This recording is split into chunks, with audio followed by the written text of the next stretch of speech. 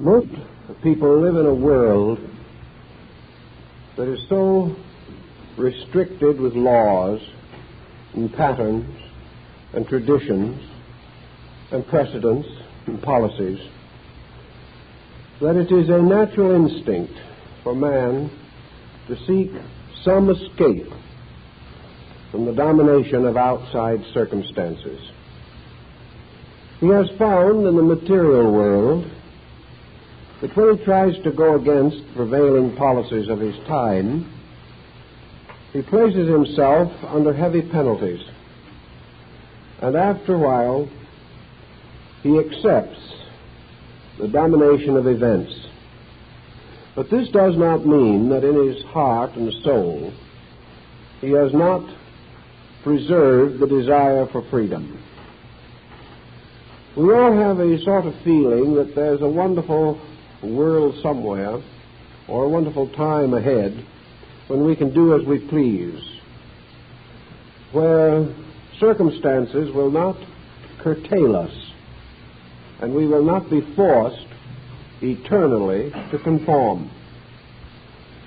The psychological phase of this problem points out that a great many individuals, finding their external lives greatly restricted, attempt to escape into an internal existence which they instinctively assume to be lawless.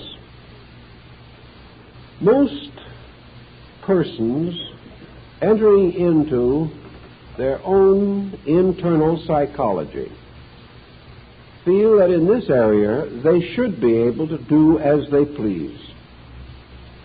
They can have a private life inside themselves, which is certainly beyond the jurisdiction of material law and order. But it does not follow that the internal life of man is not under certain specific rules. It is hard for us, therefore, ever to escape a lawful state of affairs. There is one difference, of course, between the laws of the external world and those of the inner life. In the external world, laws are arbitrarily made. Many of them are essentially good. Some of them are superabundant, too confused and involved to hold our real respect or admiration. And in some way, these laws do not seem to adjust to the real needs of individuals. Laws are made for groups, and the person must always be the victim of the collective circumstances of his time. We therefore like to assume that the inner life of man is not under such arbitrary statutes. And it is true that the laws are different, but they are nevertheless constantly operating. The laws of the inner life are based upon natural law itself.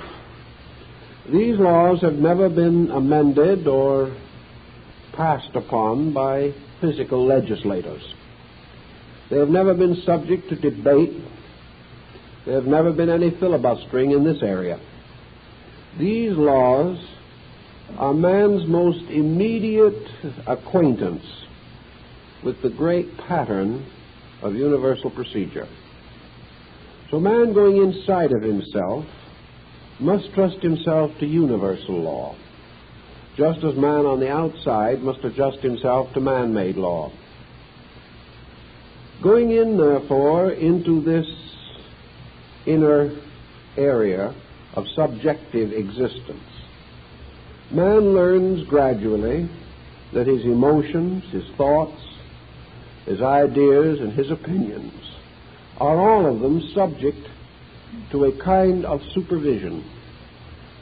And if he fails to guard his own character, nature begins to move in and impose various penalties upon him.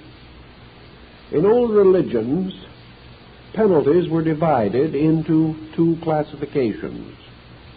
One consisted of crimes meaning the breaking of physical, legislative laws and codes, and the others were called sins, which were crimes against the inner life, against God, the Spirit, and the great metaphysical structure of principles in which the individual exists and has his being. And even in old times it was pointed out that to break a mortal law is bad. To break one of the immortal laws in space is worse, because we set in motion circumstances and conditions which we must abide by over a long period of time. Philosophic nations, therefore, early recognized the operation of the principles of cause and effect in the psychological life of man. And the Hindus created their doctrine of karma to take care of this phase of human responsibility. Karma was simply the law of cause and effect applied to the mental and emotional activity of the human being. Where planets follow planets in the sky, where great motions of universal energies occur, we think of cause and effect.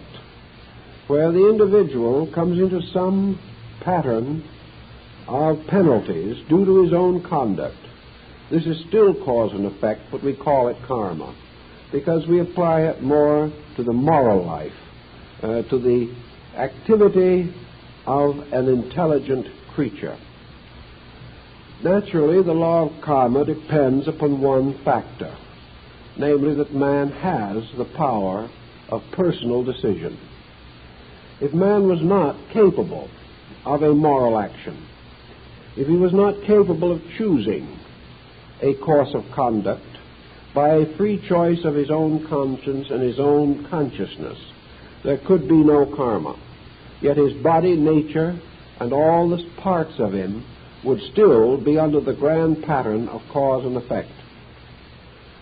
In philosophy, the thought has long been advanced that it would be very good for the average person to recognize the lawfulness of the processes taking part or taking place within him. In other words, if we could really come to believe that our thoughts and emotions were under a legislative control, that we were responsible for them, and that if we violate their laws, we must pay the penalty, just as surely as we must pay a fine or lose privileges if we break physical law.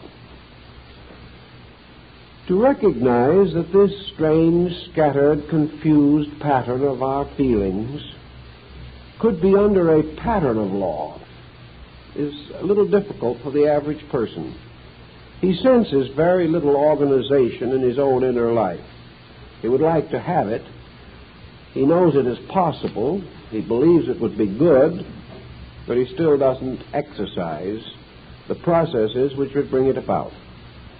Consequently, as we get up in the morning and we have all kinds of thoughts, as we go along through the day with the innumerable conflict of ideas and attitudes and opinions, and we find ourselves liking this and hating that, wishing we were somewhere else, not keeping our minds properly focused upon the things we are doing, as we drift along through the day with these rather slipshod policies, it hardly occurs to us that we're getting into trouble. Or perhaps we rather say that by the very endowments that we have, we're always in trouble, and this is just another example. Perhaps it might be, however, very good, philosophically speaking, to settle down to the simple conclusion that thoughts are things, and that thoughts and things are governed by law, that emotions must follow and obey the principles upon which they depend, and that all things must in some way be true and faithful to the source of their own nutrition, to the very vital energies that make them possible. Man then can settle down to include in his psychology of life a very simple and clear definition of the relationship between law and his own feelings, his own moods, his own attitudes. If he can do this, many things that are now complicated will straighten out. The law of cause and effect operating in nature operates in correlation with several other laws, each of which has its own part to play in the complete pattern. But for our purposes, perhaps, this law can be separated from the others, at least for the purpose of an evening's discussion. And we can bring some emphasis to bear upon an area which is of peculiar vitality at the moment. In order to get a good philosophy of life, we must do a little philosophizing about living. Without this procedure, we will not attain a clear insight into the purpose for our own existence. So we can say first that the law of cause and effect, operating from the most remote conceivable time, and in every area, level, field of existence, tells us one primary truth at the beginning, namely that everything has a purpose. That what is actually happening throughout the universe is that purpose is revealing itself. A purpose that has to exist. A purpose that has a pre-existence over all of the consequences and effects which emanate from it. Thus, law of cause and effect affirms a lawful universe in all its parts, progressing according to an immutable, unchanging plan. And that this plan affects everything from the grain of sand to the cosmos itself. There is nothing immune to law. There is nothing greater than law. There is nothing that dares to break law. Because if this law is broken, the penalty is inevitable. Now, why is this penalty inevitable? Early theologians attempted to theologize this concept. They felt that this penalty was punishment, that somewhere in the sky was an old man with a book, and in this book he wrote down everything that you did. And when finally came the judgment day, it was all read back to you, and for some people it'll be pretty lurid reading.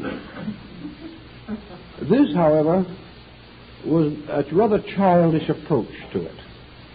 We do not believe that the finger of deity is going to point to some individual and say, you were pretty nasty on the 6th of June. We don't believe that type of retributional process. Nor do we believe that in the universe there are judges sitting somewhere that will give out penalties of various kinds, as it is done here, sometimes justly, sometimes not justly, but according to the immediate situation or the whim of the moment. This does not seem to be right to us. Therefore, the law of cause and effect operating in our lives, we assume to be a sort of self-sustaining instrument. The individual who moves with the law moves in harmony with nature. The individual who moves contrary to law breaks his own harmonic relationship with life. The moment he breaks harmony, he breaks faith. The moment he no longer moves with the great motion of space, he is no longer carried along by that motion. When he resists it, he receives the full impact of it against himself.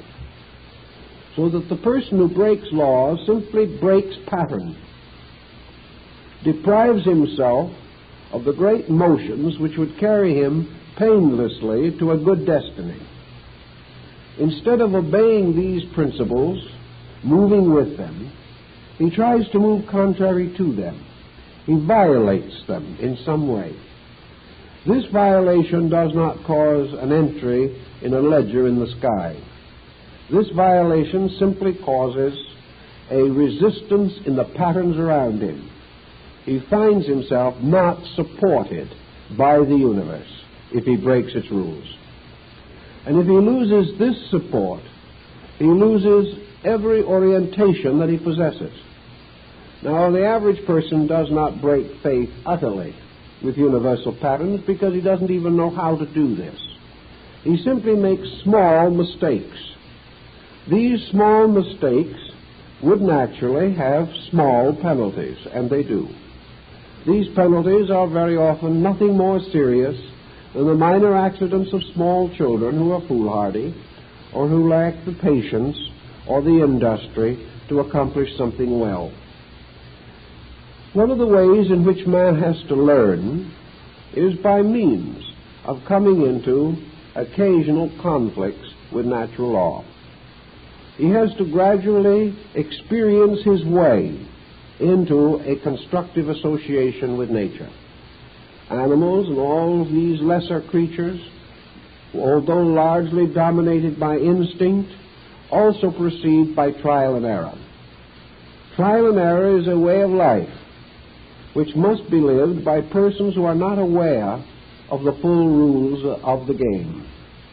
They must attempt to do certain things, various things, and they must come into rewards which indicate they were right, or they must come into penalties which indicate they were wrong.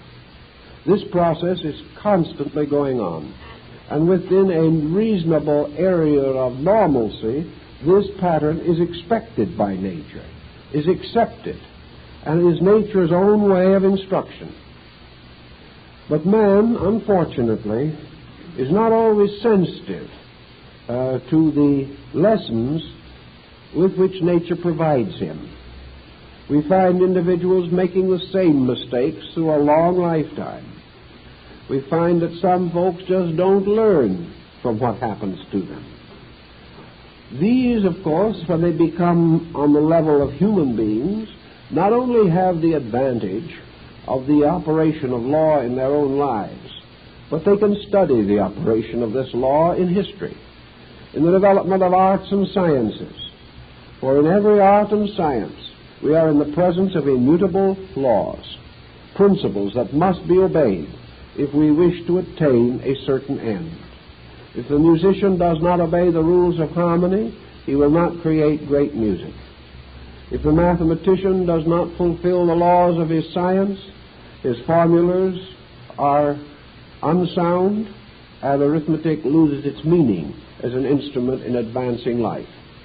If the chemist does not progress his experiments in a lawful manner, they will not work properly. And if he is too unlawful in his experimenting, he may blow himself in his laboratory to small fragments. He may destroy himself. Thus, everywhere, the intelligent person tries to proceed with law. But he gets tired of this lawful procedure. He gets wearied with it, and he seldom brings it home and tries to apply it to the problems of his own inner life. He does not recognize the meaning of trial and error. One of the reasons why he gets into trouble, probably, is because he tries to play God in relationship to the laws under which he lives. Man has a peculiar little superstition of his own that nature has never supported, but which man himself industriously attempts to maintain. And that is that he, in some way, has a right to vary law according to his own pleasures, his own advantages. He feels that in a mysterious manner he can break the law. Or perhaps he feels that in some way law doesn't apply to him at all. This is true of the egotist. And one of the reasons why the egotist is always in trouble is that he is always elevating himself above the patterns which he should learn to obey. The willful person seems to feel that he can break his way through law, that laws are made for weak people, that he does not have to keep them, that he can live as he pleases, and that the universe will not too strenuously object. Thus, the willful person is to a sense, or in a sense, a kind of gangster who attempts to live according to his own code, and a very antisocial one at that. There are many persons also in this world who simply do not believe in a lawful universe. And this problem has affected us a great deal in more recent years. As our education particularly lost its ethics, lost its recognition of moral value, it began to preach the idea that man can do anything he wants to do, that the universe is a great blank area in which man can build his own conceits. If man wants a super-industrial existence, he can have it, because there's nothing in there, in nature, except what man puts in. There are no rules that must say that a man should be good or a man should be bad. These things are at his own decision. He can live as he pleases, think as he pleases, because there is no controlling power. This, of course, is quite possible if a person is an atheist, or if he is an individual who has addicted himself to certain types of humanistic doctrines which simply take it for granted that the universe is here for man to exploit. And the man who exploits it the most becomes the richest, most powerful, popular man, and may even attain the noble end of being the richest man in the graveyard. This end is always considered, but people pay little attention to it. They keep on living until they can't live any longer, and they make very little effort to make their lives meaningful or intelligent. So if a person doesn't believe in a universe of natural law, obviously he does not feel impelled to keep any rules that he does not have to keep. He doesn't really believe in laws in the community. He doesn't believe in speed laws. He doesn't believe in laws against crime. He has to endure them, but if he is psychologically an atheist or an anarchist, he resents law and its operation in his life. And there are many people who just hate law. They don't believe in it. They think it is terribly unjust because it interferes with the right of anyone and everyone to do exactly as he pleases. Because of our modern viewpoint, this situation is getting into mental institutions as a source of trouble. It is affecting the viewpoint not only of the patient, but of the physician. If the physician does not believe that he lives in a lawful universe, he cannot impress this upon his patient, nor can he use the principles of law to assist in therapy. He then becomes an individual doing anything he can think of to help somebody else who is in trouble. This is not what you might term a well-organized program, and it cannot produce the maximum results for all concerned. If we are rather more serious in this, however, it would be very good if we could simply settle down sometime and sell ourselves a basic idea. And when I mean sell ourselves, I don't mean talk ourselves into a mental concept. I mean get so thoroughly imbued with an idea that it can never leave you again, and also that it can never let you alone if you go contrary to it. If we could finally reach a point where we could actually and honestly and honorably feel to the very core of ourselves that we do live under law, and that the only way we can be happy is to keep the law, we really believe this, we would not only change our inner lives tremendously, but probably very largely change the entire social problem of crime. Because crime is an expression of something. It does not arise spontaneously. It comes from a psychology of life that is bad, for one reason or another. The person who has the proper sense of responsibility and who has well-established ideals and principles does not normally become a criminal. He might, under great excess, be an occasional criminal, but crime as we know it would be reduced almost to the vanishing point if persons believed not merely in the power of physical law or material law, but in the inevitability of legal process in consciousness, that it's there inside, governing us, directing us, and demanding certain things from us at all times. If we live with a sense of lawfulness inside of ourselves, then we could begin the serious program of self-integration. We would not require constant counseling. We would not require the untangling of the complicated threads of our psychic lives. We would know almost certainly how to conduct ourselves at all times. So let us assume for a moment that we are interested in psychology as an instrument of self-improvement, and therefore that we are interested in trying to put the psychic life into a little better regulated condition. Then let us begin by things we have pointed out before, but we almost have to mention them again to fit them into the picture. One of the first and most important conclusions that we can come to in connection with this idea of a lawful way of life is that every thought and emotion, every instinct and impulse must have an effect in us. That this effect must be exactly according to its cause. That it cannot be contrary. And that we cannot justify at any time an action that is contrary to the law of cause and effect. Furthermore, we can never, by argument or debate or interpretation, make a poor cause good, any more than we can in any way detract from the dignity of a good cause. We often try to assume that there are modifying circumstances by means of which we should be forgiven the common and ordinary mistakes that we should never make. You'll hear an individual say, I know I should have kept my temper under those circumstances, but I just didn't.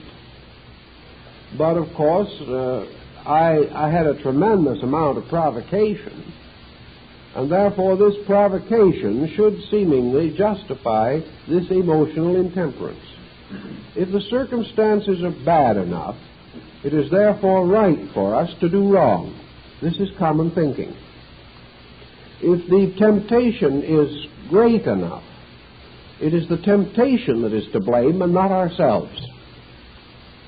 If we have certain attitudes, and these attitudes are not good, they're our own private business, and people can either like it or not like it. That's up to them. We will continue on our present course. I've heard people say many times that they admitted that they had defects of character that were very real, but they'd always had them, and their parents had had them, and their friends have got them, so they're just going to keep them. And they don't see any reason why they should be blamed for having them, especially by other people who aren't any better. This becomes a very definite feeling. I agree with these folks. They should not be blamed by other people who have the same mistakes, but they are going to be punished by nature that makes no mistakes, and there is nothing they can do about it. We perhaps should definitely follow the ancient idea that it is not up to us to judge anything, but nature itself judges righteous judgment. And before the court of nature, all the facts are considered, and all the evasions are regarded just as they are in a court of physical law, where it is affirmed again and again that ignorance is no excuse in the face of the law. Now, ignorance may be an excuse to some degree in the face of natural law because we do not understand it. We try to, but we're not able always. But normally speaking, the individual is responsible when he performs an action, or thinks a thought, or feels an emotion, which he himself knows is not right. Now, how is he going to know that it's not right? Well, one group falls back upon Kant's great categorical imperative, which was a philosophical concept made to correct the mistakes in the Golden Rule. This categorical imperative simply states that when you want to know whether an action that you performed is right or not, you should simply say to yourself, if everyone else on earth did exactly the same thing, would we have a happy world? That's your final imperative. In other words, when you measure your own conduct and perform any action, think any thought, or feel any emotion, would you be glad if all your relatives did it to you at the same moment? Would you be happy if it became the law of the land? Would you rejoice if your business competitor did it? Would you be completely pleased about the whole thing if your children grew up and did it to you? If you can't say yes to this, then according to the imperative, you are wrong. You are wrong to do it yourself, or permit yourself to do it. This is one way in which we can judge some of these matters. Now, aesthetics has another rule to apply to this problem. How to judge whether what we do is right or not. Aesthetics says, is it beautiful? Is the thing we are doing truly noble? Has it about it a graciousness that would permit it to endure as a work of art? In other words, would we like to see a magnificent tapestry of how we felt on Tuesday morning? Or would we turn it to the wall and hope never to see it again? In our same concept, would we like to have this particular thing we have done accepted as a true statement of ourselves? Would we want our friends and our neighbors and other people to judge us by this action alone? Would we want our children to think of us in the terms of the attitude we took on this particular subject? Chances are we wouldn't want them to. We would want them to be patient with us, even as we are patient with them. And we will explain to them that when they grow up, they will have provocations just like what we had on Tuesday morning. And we can only hope they will do better than we have done, but we doubt it. Now, this type of thinking is entirely on our own. It has no relationship to values. It has no relationship to the principles upon which life is founded. Another level on which we can judge this particular attitude that we hold is, does it produce an immediate constructive effect? Here your law of cause and effect comes in. Now, some people think that some of the things they do badly produce magnificent effects, just exactly the ones they want. They decide that they're going to insult someone. That person is properly insulted and walks away in a huff. And the person who did it is just tickled to death. That is exactly what they wanted. They wanted to give this person a piece of their mind. So they gave them a piece of their notions instead, but they thought it was their mind. And they are very smugly satisfied about the whole procedure. Some people just seemingly have to criticize or condemn something, or the day is a dismal failure. But does this, in turn, actually achieve any enrichment of life? What is it satisfying? It is satisfying that part of our natures which is largely responsible for the troubles we're in. Consequently, as we give power or authority to these negative instincts in ourselves, we gradually lose more and more control over our own thoughts and emotions, and can well be on the way to psychotic trouble. Some psychologists take the position that the average person, being somewhat neurotic anyway, there's nothing better for him than a good temper fit.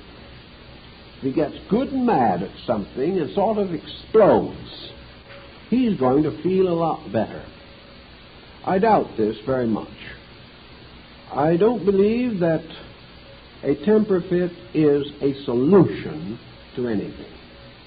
It is merely perhaps a letting off of a little steam. But it is letting it off in a violent way, like an earthquake, which lets off a little steam, or takes care of a shift in the Earth's surface, but which certainly cannot be regarded as especially helpful as an event. The person who has to let off steam in order to be happy simply doesn't know what to do with steam in the first place, or he would know that it was created to drive an engine over some noble purpose besides an explosion. The person, therefore, who has to be temperamentally unbalanced in order to regain his composure is just wrong and in trouble already. The problem, then, of letting these negative attitudes take over is one of condoning. Even in our physical way of life, we condone today many things that we should not accept. We condone them because others do, because there doesn't seem to be much we can do about them, and they some way seem to contribute to getting along, but we do not know just how. But this problem of condoning things that are wrong does not work out in our inner lives any better than it does in our material affairs. Live by a code of compromise and you will ultimately come to grief. This is an experience that all persons have to go through at some time in their long evolutionary careers. The answer then is obviously one of trying to recognize the relationship between cause and effect in action. Some years ago, the rise of the psychosomatic theory clearly pointed out the relationship between human feelings and thoughts and health. And we came to some findings that were pretty important and pretty real as far as their value in our daily life is concerned.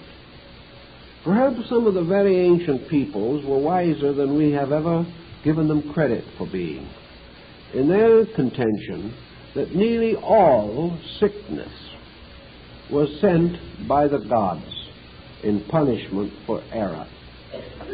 We have this theory that sickness, which we couldn't explain any other way, particularly in primitive society, when no one knew really what sickness was or how it came, the answer was that God sent it. That it came as a punishment for something. And for thousands of years we've been trying to figure out just what it was punishment for. And a lot of people felt it was very unfair and they resented the punishment tremendously. Perhaps under this thought of the psychology of it, this idea that sickness came from the gods or was a punishment for the breaking of the divine rules has a kind of truth in it. We don't believe in the old Olympian despots anymore, ruling the world from their cloud-swept palaces. But perhaps sickness in some way is a punishment sent by the law, an outworking of the universal principles governing human conduct. Psychosomatics certainly indicated a good structure of evidence in this direction. The fact also still does remain in society that happy people, cheerful people, kindly people, seemingly have better luck with health, if we may call it luck, than those of other temperaments. People whose dispositions are bad are usually unhealthy. They are usually crippled by ailments of one kind or another.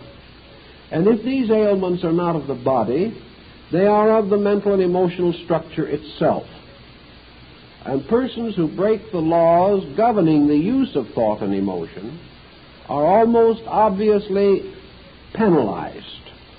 We can almost see it happen in their daily affairs. We know that persons with attitudes which are unfriendly simply end up without friends. This is cause and effect. Now, these people have entirely different explanations for it. The less friendly others are, the more these individuals feel themselves to be the victims of injustice. So that in most instances, what we call injustice is just law and order coming back to us where we don't want it. We think that injustice is when we are required to pay our bills. Justice is when other people pay their bills. It is perfectly just for other people to be good to us. But it isn't always just in our minds for us to be good to other people. These laws that do not work both ways have no place in a natural pattern. The Chinese pointed that out. Unless the law operates both ways, it is not fair or right and will not produce the constructive results that we want. The Buddhists numbered 106 faults from which man can suffer. I think they were very moderate in their listing, but the average person does not have any idea of 106 categories working in his own nature against him. But practically every attitude that the average person holds is at least subject to improvement if he wants to improve it. But there are a whole chain of negative reactions, conscious and instinctive, which as long as they are tolerated or endured will conspire against the well-being of the person. And as these policies that are not good are allowed to encroach upon the total psychic life of the person, he becomes less and less aware of them, until in the end he is completely fooled by himself. He is deceived by his own attitude so completely that he has no conscientious desire to change or mend them. So let's try and see how this law of cause and effect works out in the moral pattern of human society as far as the inner conduct of man is concerned. Suppose we say that there are a group of these negative attitudes. We mostly know them by name, and the names do not cause any great admiration. For instance, take jealousy. Jealousy is a very strange and mixed emotion. It rises in us very often without our control or direction. And again, a group of persons have made a virtue of it. Some people think they're neglected unless someone is jealous of them.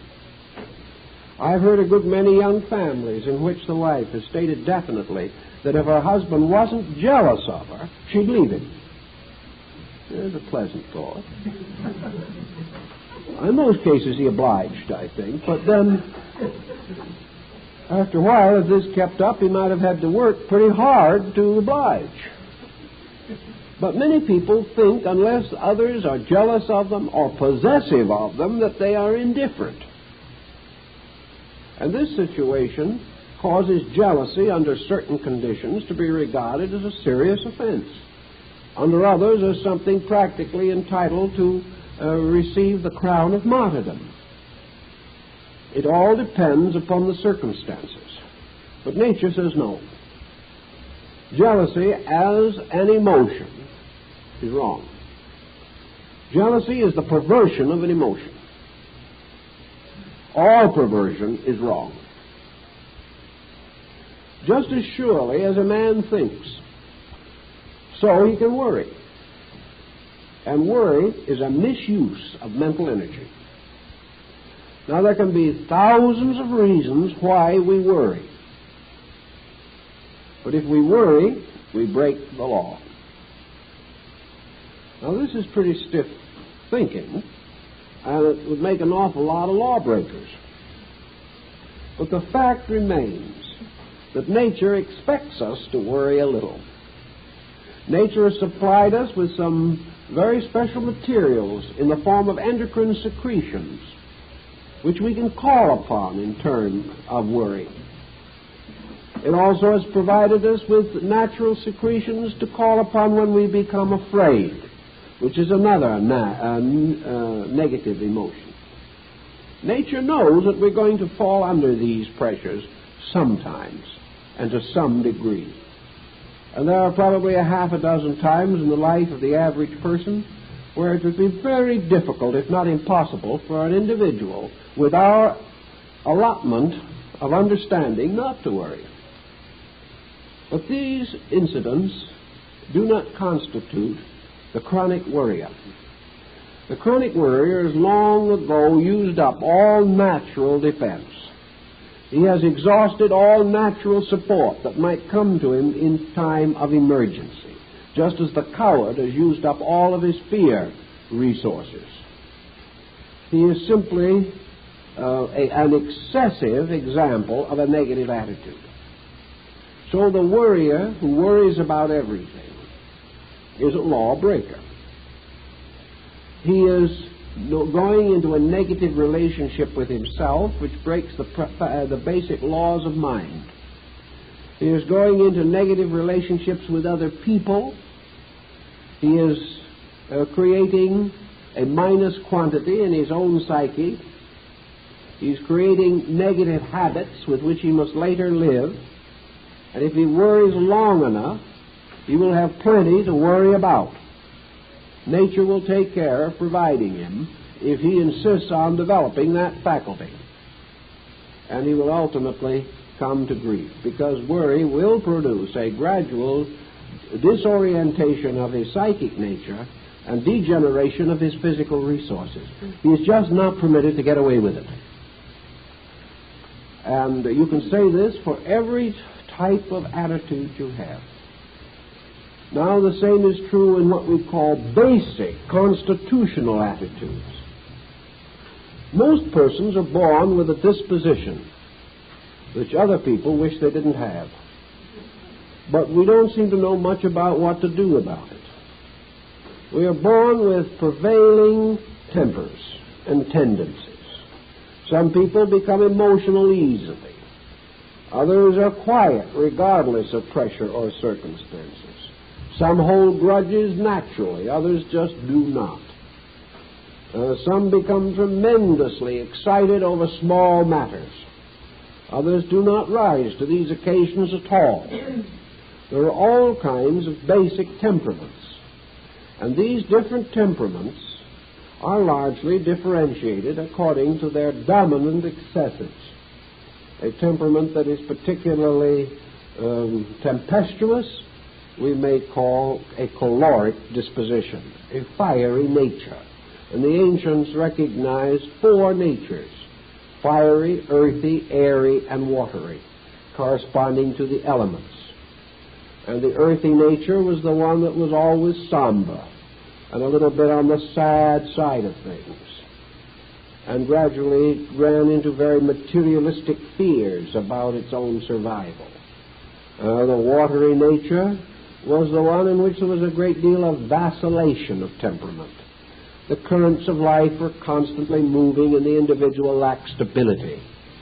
The fiery temperament was tempestuous and elemental, as the fire itself suggests. The airy disposition was the intellectual, rather whimsical nature, in which everything was touched with a certain breeze or lightness, but which under some conditions could turn into a terrible storm.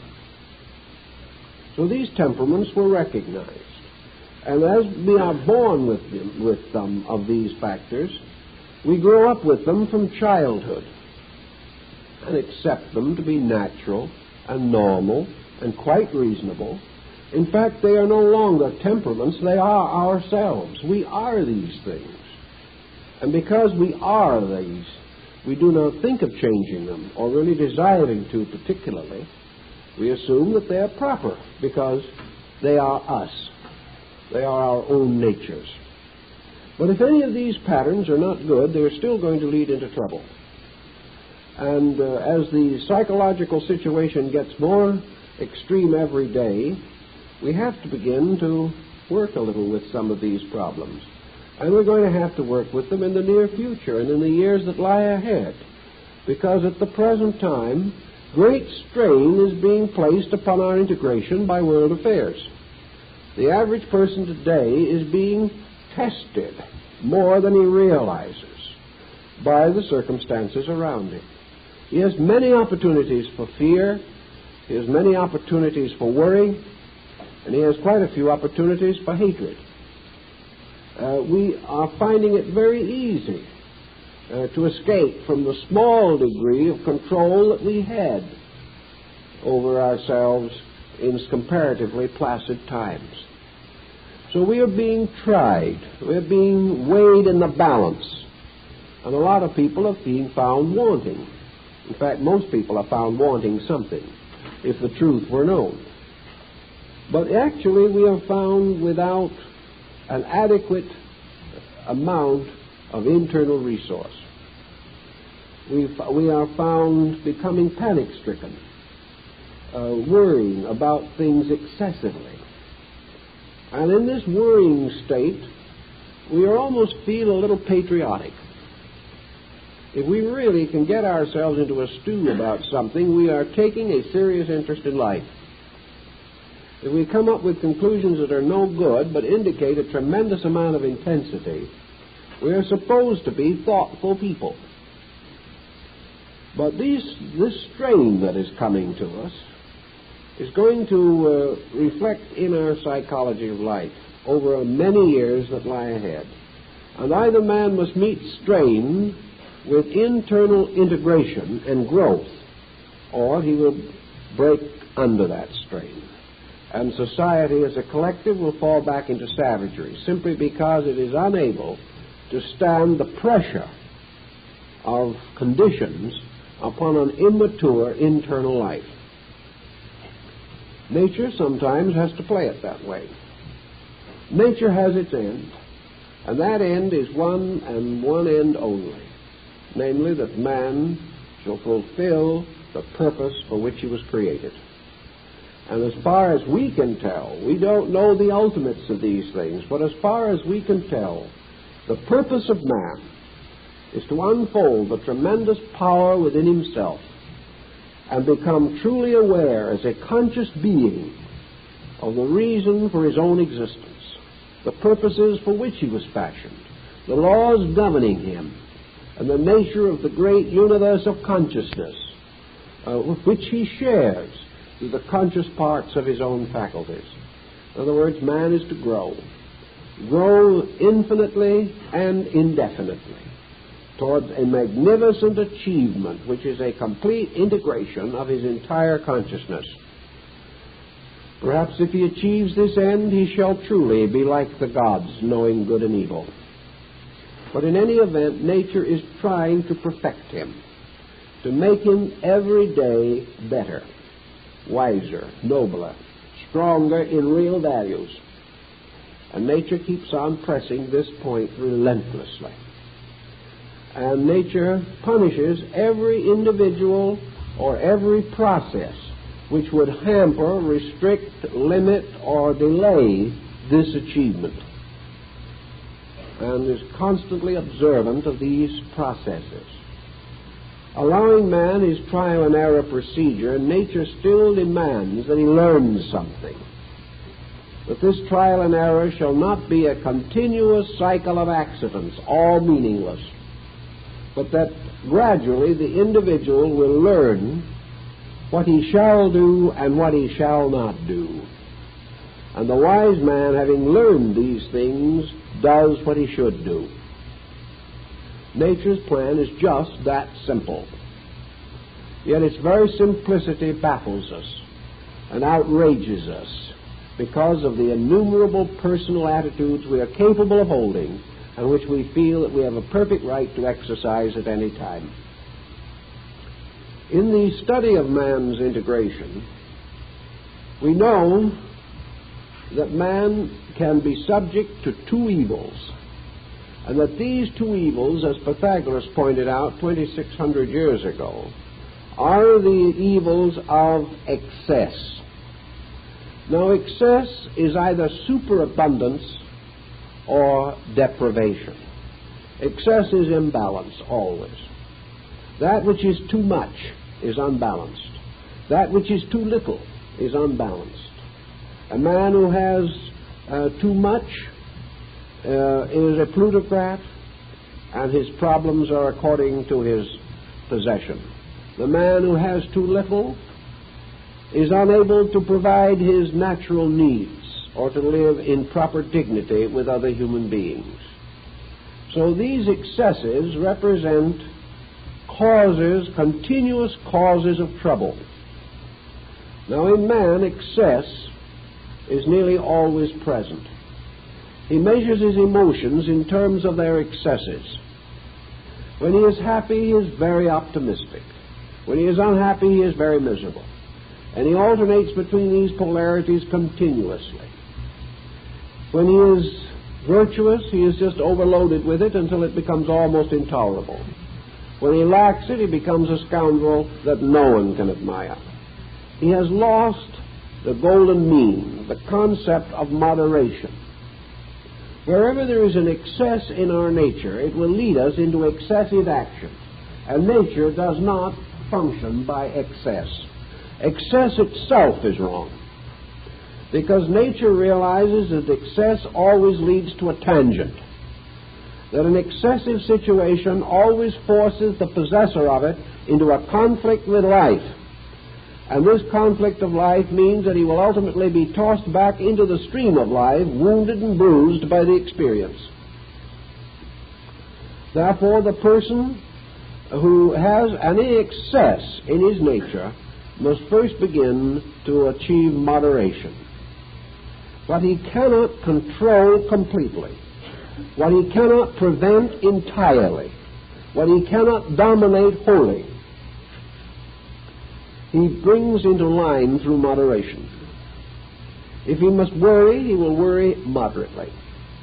If he must be jealous, he will be very moderate at it. If he is to be selfish, he will be very moderate in his selfishness. He will gradually work away from excess toward the Socratic mean. He will find gradually that as he moderates these pressures, their insistences diminish also. And after a period of moderation, further moderation is easy. But from a stage of excess to one of complete control is a terribly difficult and almost dangerous step. So wherever there is trouble in our nature, our first problem is to reduce the trouble, to make it less continuously, by exercising gradually greater wisdom and understanding over the situation that may arise. One of the old habits, of course, practices, was that in these pressureful moments, pause and consider. Our forefathers advised everyone to count 10. Well, sometimes today you haven't got quite time for 10, but you can count 5 and see if it won't help. The universe was opening at the seams as far as they were concerned. But the next day wasn't even worth the trip over here. And this is life. If we can just get ourselves past this first flare-up of tremendous intensities, we will frequently take over the situation ourselves and handle it. But if in that flare-up we do something or say something that has permanently detrimental effects, then we may be half a lifetime getting over it. We may be angry with the man with whom we have been dealing in business, and we may wish him all kinds of trouble. But if we pause and go off and reflect about it a little bit, we may work it out. But if in the heat of our difficulty, in that moment of supreme anger, we pick up a rock and break his store window, then we're in trouble. We just didn't pause. And that would have been the pause that would have refreshed us. But we didn't use it.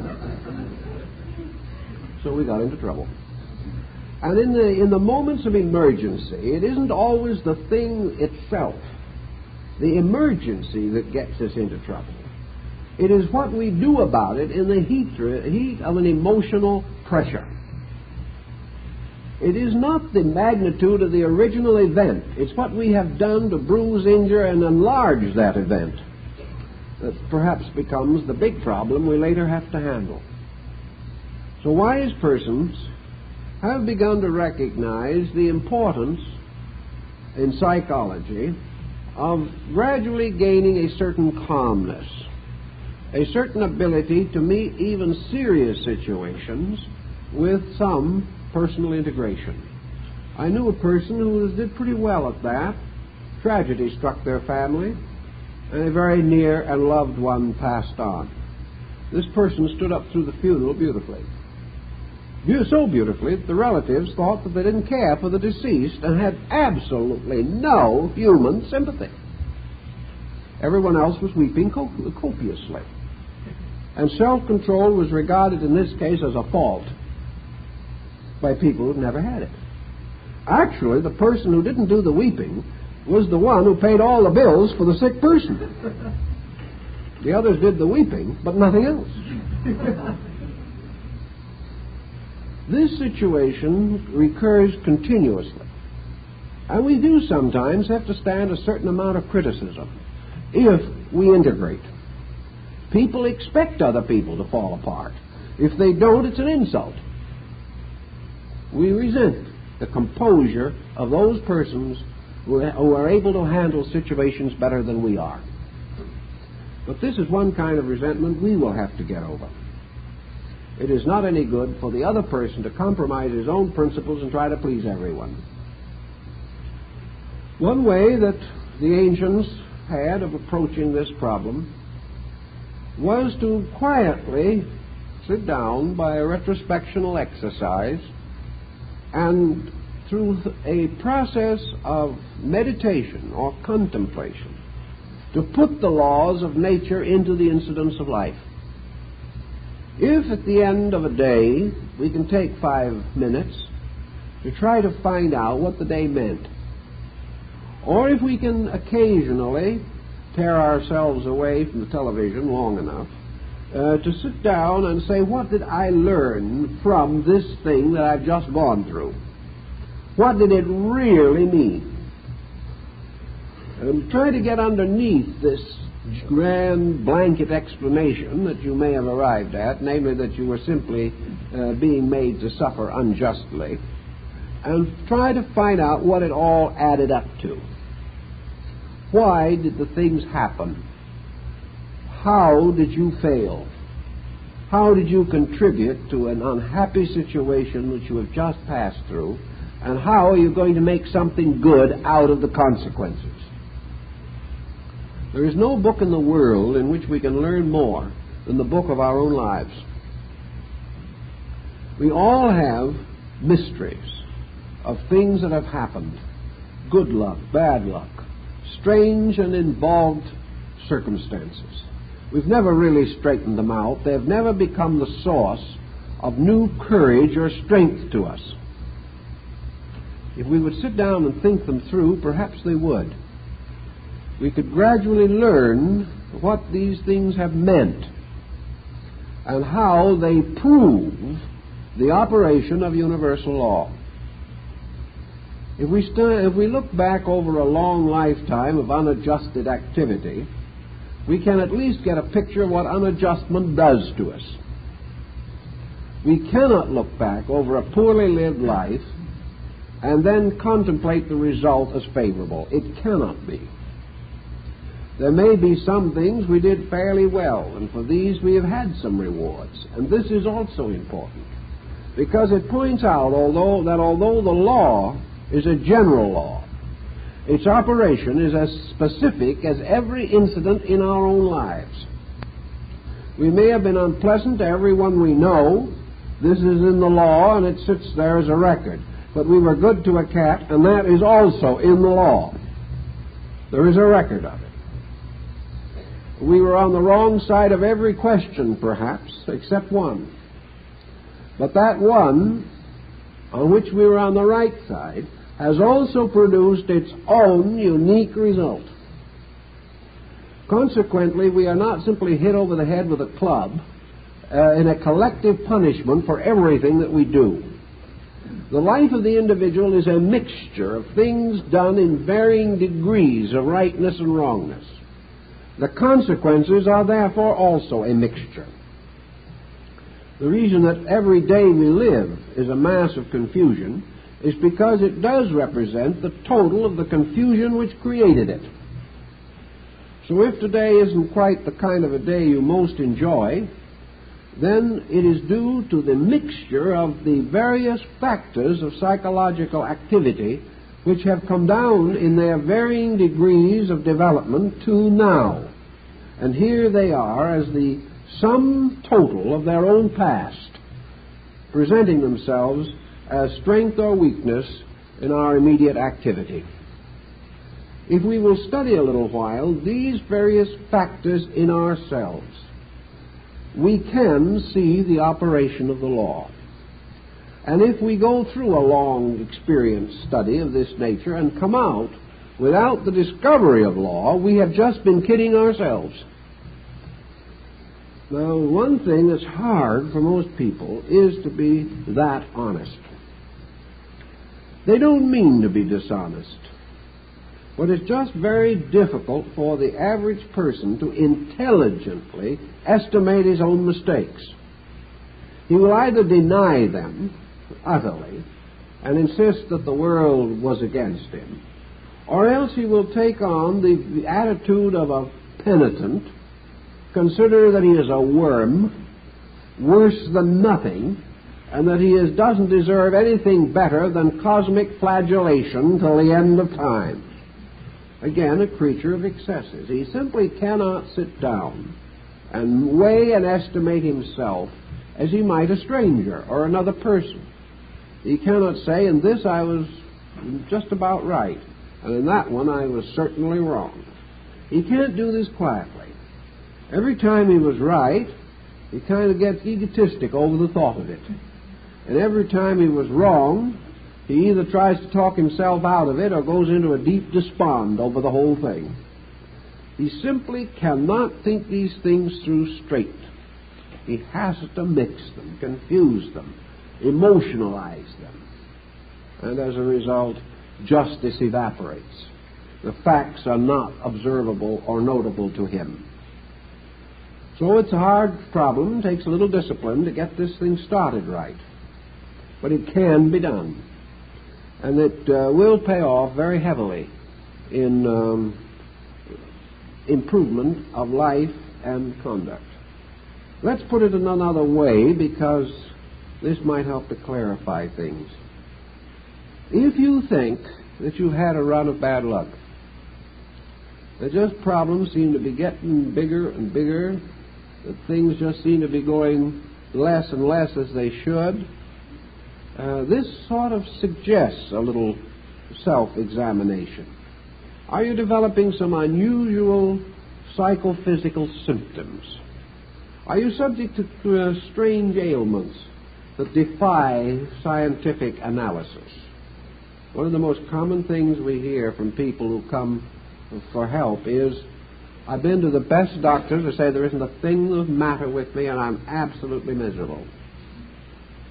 There's no physical thing that could be found. Now, this doesn't mean there wasn't anything physical, because even the best physicians don't always find them. I know two of them will agree entirely on what they do find. But there are many instances in which the person is physically in good health, as far as any scientific knowledge will permit us to know. Yet this person is a wreck. They're falling apart. They're too tired to put one foot in front of the other. They're suffering from all kinds of symptoms. They are under the pressure of everything from migraines to arthritis. And yet there's nothing wrong with them. They're just miserable. Or as they used to say in the old days, before they had scientific names for everything, they were just ailing. This type of situation certainly suggests a psychological pressure of some nature. And it's nearly always there if you start looking for it. The individual whose psychological life is bad is uncomfortable. His probabilities of success in anything are greatly diminished. His probabilities of being able to live a fairly optimistic personal life are very few and very poor. He's just allowing his temperament to completely wreck him and opening him through this constant debilitation to all kinds of physical ailments that may ultimately set in and destroy him. He just is not fair to his own life, and yet you can't tell him. He is set in his peculiar viewpoints. But sometimes when you can't tell a person, you may be able to interest them in discovering for themselves.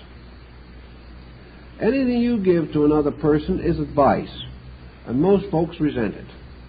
But if we can give the person some instruments by means of which he can analyze himself and come to discover in himself the reason for his own condition, when he sees it in himself, he can't do very much except accept it. He can no longer deny it. You can diagnose him correctly and he will hate you. But if he can diagnose himself, he has to acknowledge what he finds, because it is part of his own temperament to believe himself to be right. And if he analyzes his own nature and comes up to some positive results, he has to accept these results as indication that he has the power to think, that he is capable of being a reasonable creature. So if we can get everyone to take this attitude generally, that life is divided into two ways of doing things, and two kinds of things you can do. One is right and the other is wrong. There is no middle ground in this. But the right is in the middle, for the right is always equilibrium, and the wrong is at both extremities, both excessive attitudes of exaltation or depression, of too much egotism and too little. The excesses are always the worst. But the right thing itself is that which advances the compound purpose of the individual, and does so in a manner that is harmonious with law, and therefore brings no retribution to the person. When we perform the action correctly, we get a reward. When we perform it incorrectly, we get a retribution. We've all had enough retributions. We don't need any more unless we have to have them. But we have not had as many rewards as we would like, and we wish we could have more of them. And the way to have more of them is to cause them. In effect and cause operating in nature, everything we want has to be caused by an attitude, a condition, or an action, or a thought, or emotion suitable to produce that thing.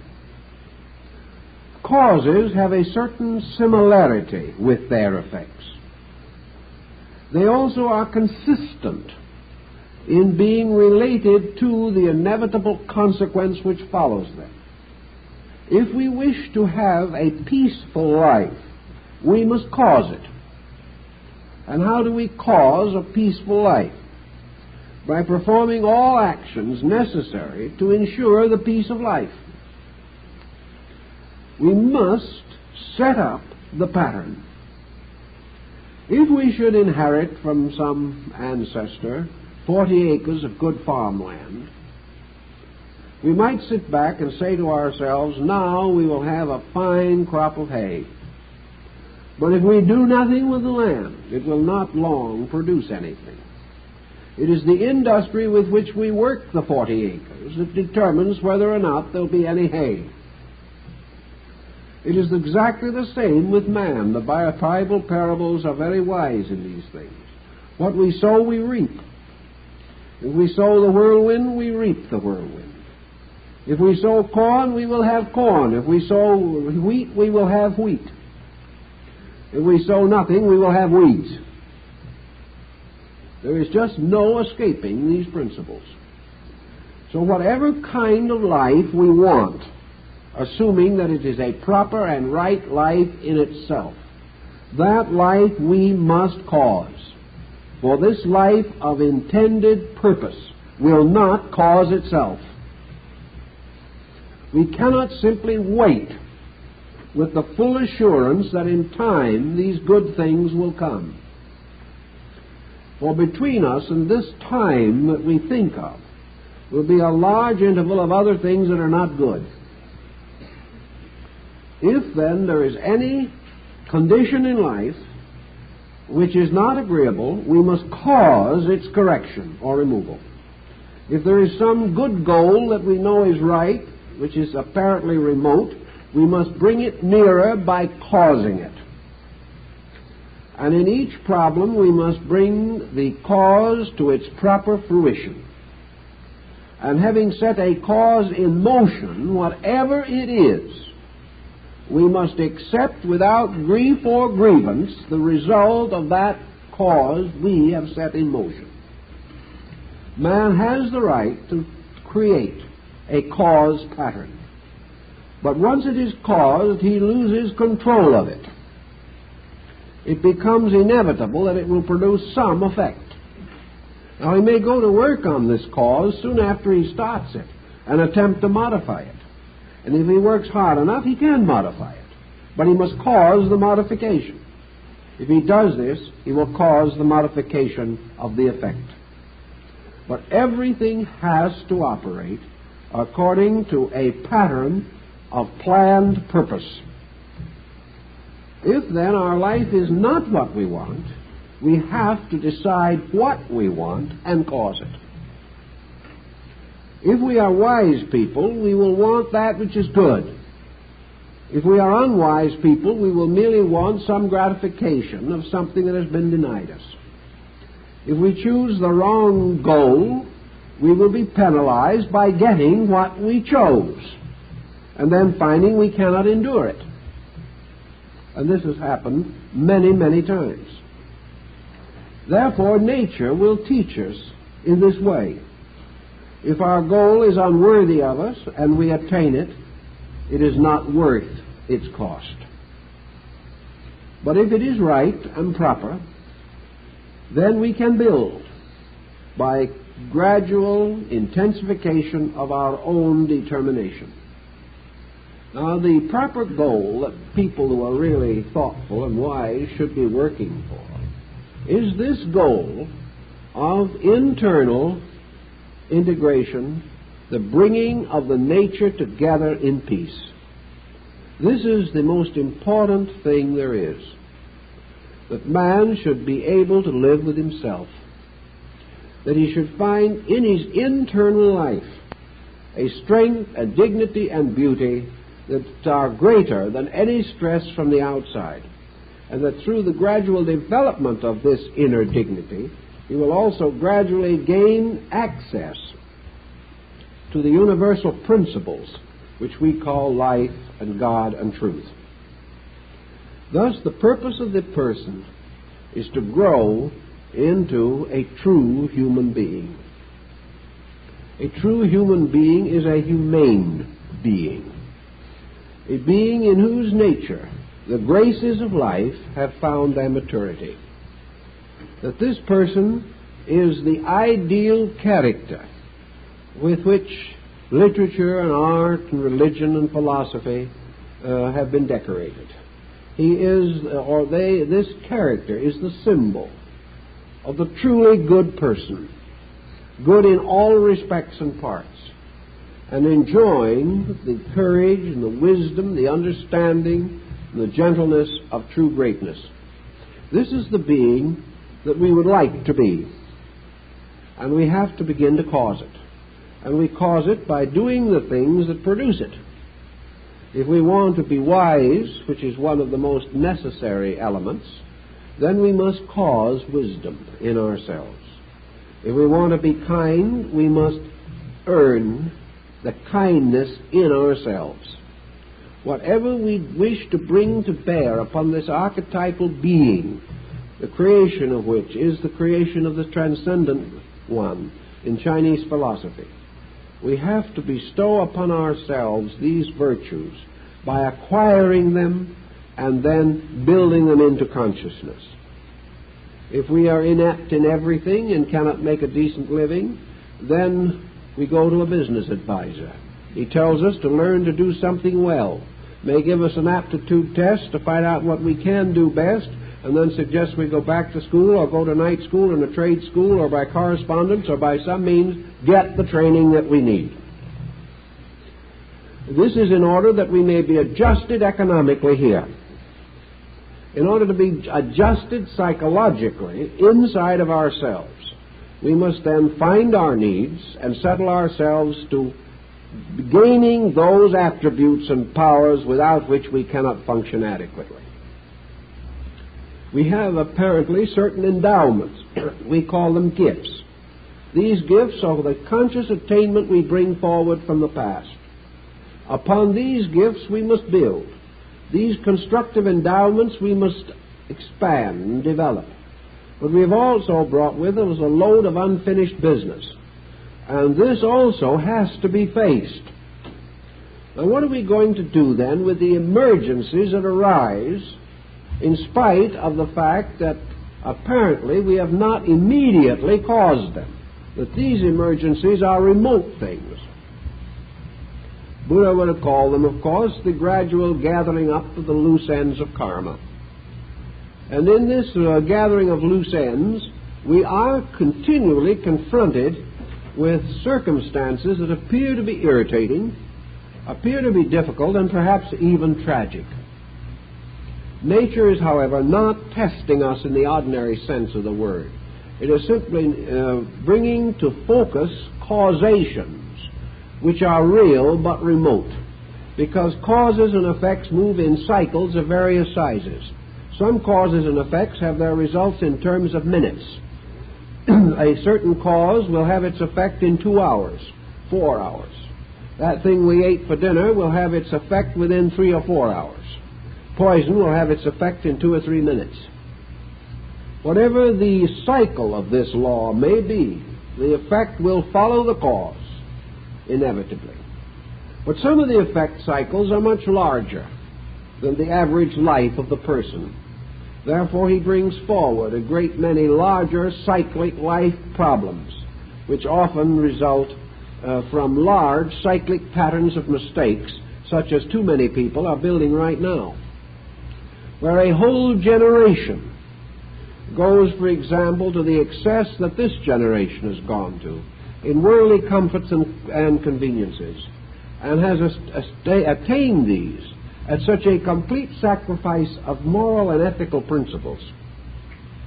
This means a generation that must face a future, and that a cycle must necessarily arise in which this attitude will be corrected, because no one will ever be allowed to get away with it. But it may not happen in this lifetime. But there are things we bring with us that did not happen in this lifetime. So we not only have the problem of creating new situations that are right, but as Pythagoras pointed out, we have the eternal problem of facing the situations that already exist or that come to face us. If we face these problems as we previously did, we will set a new cycle of causation in action. Buddha tells us this. If when the emergency arises, we become as rattled as we have always been, as unfair as we previously were, and as selfish as we may have intended to be, we will simply project this same problem again into the future, because we have brought into effect upon it a series of destructive methods which become causes of further trouble. If we meet an effect badly, then, this very circumstance causes a new effect, which we will have to meet again. It is therefore not only wise for us to try to do new things well, but also to try to clear up old business well. To clear up old business in a constructive manner is quite a trick. But it is quite possible to the person who has already begun to think. He may say to himself, here I am at 40, getting along pretty well, everything seemed to be going very well, and all of a sudden my business fails. Apparently through no fault of my own. And this man may have a sufficiently good business background to be pretty fair in his estimations. He may be quite honest on this subject, that he cannot see how he could have prevented this failure. Now he has a problem on his hands now. How is he going to react to this problem? Is he simply going to take it out on his competitors? Is he simply going to accept the fact that they ruined him? This he would not want them to do to him, because he would insist that if they have a good product, as he had a good product, they have a right to succeed, and that their success should not spell his failure, especially if he lived with them for a number of years, and they didn't spell failure. He may have all kinds of other attitudes to explain this problem, but actually he is faced with a crisis. This crisis is either going to force him to make more mistakes, or it is going to force him to think straight and come through this thing. He may, under certain pressure, simply go into a complete nervous breakdown. Many individuals who have passed through a serious business crisis have ended in the mental hospital. They are simply unable to adjust to it. Whether it is the loss of the business or the loss of their ego is a very hard thing to tell sometimes. Perhaps in reality it is this sudden sense of failure which a person finds it great difficulty in adjusting to. He cannot be humiliated without some kind of a terrible hurt inside of himself. He has been a leader. Now he is no longer a leader. He has been respected for his knowledge. Now he is no longer respected. These things destroy him. He becomes unable to do anything else with the situation. Even if he comes out of this problem, he's a broken man. And he will drift along in whatever way he can, half-heartedly perhaps trying to rebuild, and perhaps to a measure getting back on his feet to the degree that the immediate wounds are not opened, but actually still a pretty badly damaged person. This situation happens frequently. There are other people who, faced with the same situation, a man came into me once who had had this same thing happen under a very trying and critical situation. His own children had stolen his business. Now, that's a pretty hard thing to be faced with. And I know a great many persons who would have either committed suicide or murder under that provocation, or at least had a very dignified ulcer. But this chap didn't. He simply, for some reason that was sometimes hard to explain, he simply took it in stride. Well, he says, I got rid of that business. Now, he says, I don't have to do that anymore. Now I'm going to do some of the things I want to do. So he started a new business, an entirely different field. He said, I was tired of that one anyway. And he has succeeded because he didn't pay any attention to the idea of failure. It didn't worry him. He didn't even hate his children. If he had hated his children, he would have never started another business. He would have been defeated by that alone. But he has some beliefs that are rather good, basically. He said, you know, I don't hate them. I'm not even angry with them. I was a little hurt at first. But he said, the thing that now concerns me most of all is that I'm desperately sorry for them. I know in my heart that they have set something in motion that must ultimately hurt them. He said, I'd do anything I could to try to explain that and help them to see that. But he said, I can't do it now. He said, I'm worried over what they've done to themselves, not what they've done to me. Because I can get along. He said, I don't have to live with this. They do. So he started out and succeeded again. It was just a difference in attitude. Now, these differences of attitudes indicate clearly that we can have these different attitudes. And we can often have them in one person, a whole variety of them. Now, when a problem comes up that has to be faced, and it is a difficult problem, the question is to regard it in some instances as a release, in some as a solution, and in some as a tremendous incentive to make great discovery, to advance some part of our own natures by a dramatic achievement of self-directive. If we do this, we do not get the negative results. We do not penalize ourselves and tear down our worlds. One of the hardest things, perhaps, is to live with people who are continually negative and who therefore work a continuing hardship upon a person who tries to retain his own optimism. But here again we face the same problem exactly. The negative person should not really be blamed because they are doing something to themselves that we could pray they do not do. We must give them every possible incentive to get over it, just as we would not like to see any creature destroy itself. If we saw a man raise a gun to his head, we'd try to take it away from him instinctively. If he jumps in the river, we'll try to jump in and save him, even though perhaps we drown with him. These are human instincts. We do not like to see people hurt themselves. And even if we're angry with them for a moment, this passes. And in the wiser person, there's always this tremendous sense of the danger that another person places himself in when he lives less than himself. But this danger can also occur to our own natures if we live less than our own understanding. So in all these problems, if we can face them, not with the antagonisms and the resistances with which people so often react, but simply face change as perhaps the most important thing in the world. I know a case that has come to my attention recently of a very close mother-daughter relationship. The mother was exceedingly long-lived, and finally, before she did pass, the daughter herself was in her 70s. It was one of those very close ties. The daughter had never had any life of her own at all. She'd never married, she'd never had a romantic affair, she'd never had a profession. All she had done was take care of her mother. Now you can imagine what this meant when the mother finally passed on. The daughter found herself almost at the end of her own life, with very little possibility of ever living a life of her own. Here was a great problem. Here was a case where a bad situation became tragic in a loss, because in that loss, everything was gone. The situation itself was bad from the very beginning, and there's probably no law in nature more wise than that which finally does apply the principle of the death rate to break up situations that might never otherwise be corrected.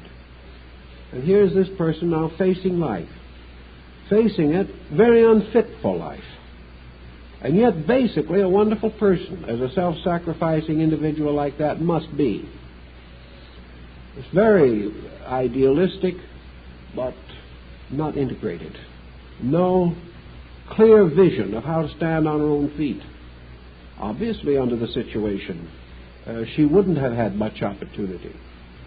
But here is a decision. Here is something that can be to her a tragedy that will end in her own death in a few years, or it can be the liberation of her life into at least a few years of self-expression in which she will have the right to begin to exercise her own individuality, which nature wants her to do. And so she has to move on into a personal existence with new motives, and not depend upon the smothering motive of her own affection for the full expression of her life. These conditions arise. To her, for the moment, this passing of her mother is the greatest tragedy that could have possibly happened, although she knew in herself that it probably would have to happen. The chances are that she would survive her mother. But when it did come, it was a terrible disaster, because there was no equipment for it. This decision has to be made to build a life, to go on, to create, to be an individual at last, and to recognize that under this tragedy was the first liberation she had ever known, but she did not want to be liberated. So she has to learn this lesson, and she has to prepare for it. Otherwise, she will set more causes in motion which will produce bondage again. She has to learn. And she should have learned much earlier. And her mother and herself would both have been happier had she learned earlier. But she did not. But under duty and under the pressure of her own sense of values, she lost her own life, actually. Nature considers all these intricate situations, and out of them will come good and bad. Her devotion and her integrity are causes that will produce great good effects. Her lack of understanding and wisdom in permitting a major purpose of life to be thwarted will also probably produce lessons that she will have to face. She will have to learn the importance of not becoming completely overwhelmed by anyone else. These lessons nature will bring to her in the due course of time. But in the meantime, these crises arise, and they have to be faced with some form of understanding. In her case, she had enough understanding to begin to gradually come out of it. She had some concepts of philosophy and principles, and on these rather slender resources she is beginning to build. But without these resources she could never have built. Had she been a materialist, she would have been completely lost. Psychologically, therefore, there is this tremendous need for the resources inside upon which to build the future. And all these resources center on law. Our only hope is in law, the value and fact of things. We have to believe that what we earn we will get. If we do not have this belief, we have nothing left to work for or nothing left to work with. If we are in a world of accidents, then nothing is meaningful, and only blind chance can guide us through the maze of circumstances. But if we are in a world which is a lawful universe, then this law applies to us. It applies right into our own psychic integration. And here it works continuously. And the belief in it also works. And once this belief has been set within our subconscious, it continues to play its part in drawing us into a pattern of reasonable conduct. If you want, therefore, to experience some type of integration, it is always best to hunt for the law in the thing that happens. Instead of reacting, seek, search. Do the same thing with every problem that you might if you were a criminal investigator looking for motives, seeking to solve the mystery of a crime in the best Earl Stanley Gardner manner. Everything that happens is a little plot of some kind. It is a challenge. Our own lives are the greatest mystery stories ever written. And in each one of them there are chains of clues, which if we rightly read them, if we use the wonderful inductive method described in the writings of Sherlock Holmes, we will find that there is a law, a plan, a reason, and a pattern behind every single thing that can happen. Even the most confused thing is actually completely orderly, because the confusion is the effect of confusion, and that is order. If confusion led to order, there'd be no order in the universe. But things must be like their own causes. So confusion bears witness to confusion, and this is law. To find this law in the thoughtless child, to find this law in the wayward family, not easy. But if we do not find this law for our own protection and our own guidance and our own guardianship, we cannot face these dilemmas.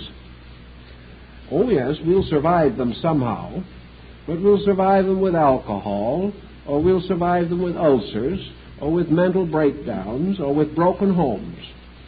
And these survivals are not by any means the best.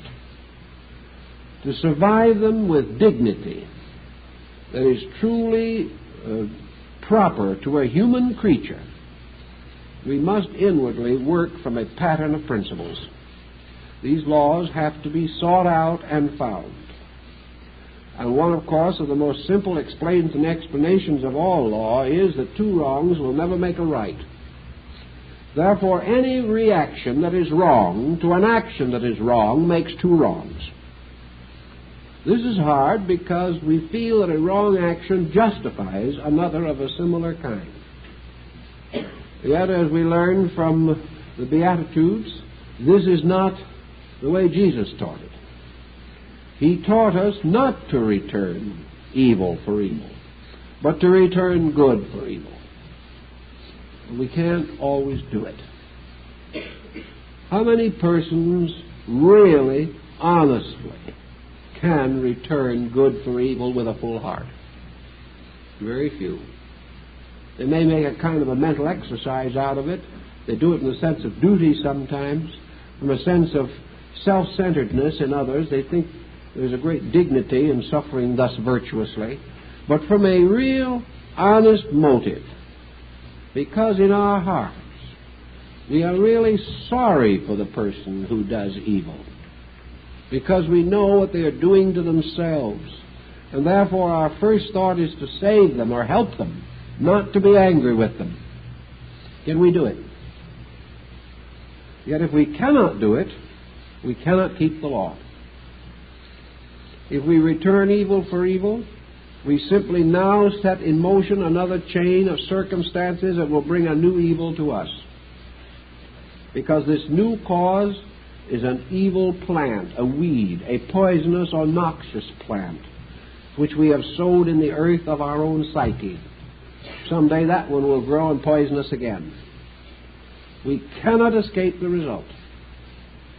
We cannot in any way block off the effect. So if we are in this emergency, then we cannot afford to permit this second evil to come. Someone has hurt our affections. We break up a home. Our first thought is to strip the other person of everything we can, because we hate them. We do everything possible to try to make certain that they'll never be happy again. And what is the end? Thousands of people wandering around with this money they've taken from someone else. And these people that have the money and have justified and fully enjoyed their grudges are the most miserable lot of human beings you'll ever want to meet. I've had to work with a great many of them. Their vengeance brought nothing but misery. For a little sense of offended pride, they compounded a felony. And wherever we do it, nature steps in and says, you're going to learn that that is not the answer. And there's nothing we can do about it. The individual who cheats, who deceives, who shirks his responsibilities, is setting in motion causes that he will have to live with. Just as surely as the parent who has no time for the child develops a child that has no time for the parent. These things are inevitable. And we cannot afford to be unmindful. Every day something happens where we must think of all of this. But we don't have to sit down and rationalize and philosophize for 2 hours over everything that comes along. The point is for us to gradually, instinctively get into our consciousness that the law of cause and effect operates. And that whenever the emergency arises, we must act in the long-range concept of that law. So that at the end of any situation that arises affecting us, we can say honestly, I have done no cruel, unkind, or unreasonable thing. I have perpetuated no evil. If we can say that, we have a very good chance of our own personal lives taking on new and important meaning.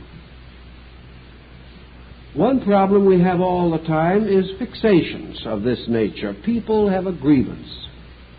that something has gone wrong. From that time on, they will never forget that incident. And that area of life is blocked for them for the rest of their days, simply because they can never get over the area in which the injury occurred. This just simply impoverishes a life. It's a wonderful thing to forget anything that causes us to take too firm an attitude against any normal and reasonable procedure. The individual who has had a poor marriage swears never to marry again. Now, perhaps the difficulty was entirely their own fault, but perhaps they learned something. Perhaps they may find someone else who's learned something. You cannot say that the fact that a marriage has been bad, that these two people should settle down for the rest of their lives resolving never again to have faith in any member of the opposite sex.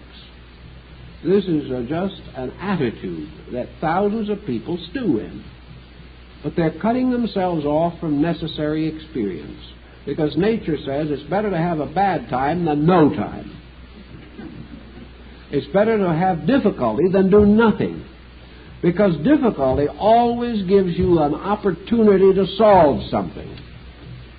Difficulty is an opportunity to grow. To do nothing is to be neither hot nor cold, and the good book said, "The Lord speweth these out of his mouth." Oh, there are some very trite statements in the good book. And we don't want to be in that condition. So we have to do something.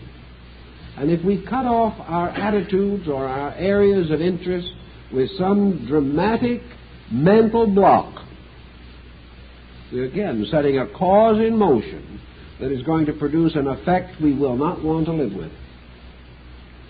So psychologically, we are all trying to build a future that is better than the past. Or if there were good things in the past that we lost from one reason or another, we hope to reclaim them sometime, or something similar or even better. To do this, we've got to think in terms of law operating. That if we cause these things, we will get them.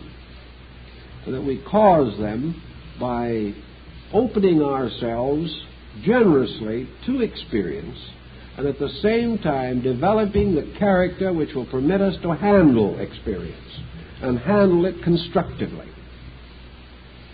As the negative factors of bad handling evaporate or disappear, health will be better, life will be more successful, and the future will be more rich in fulfillments rather than in frustrations.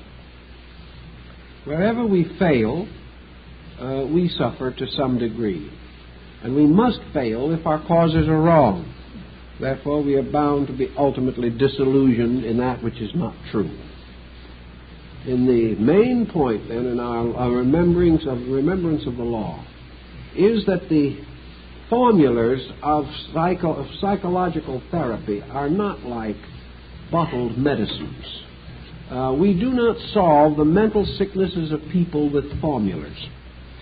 We do not say that we can give them some kind of a psychological pill that will enable them to violate the law of cause and effect. The physician and the patient must work with the law.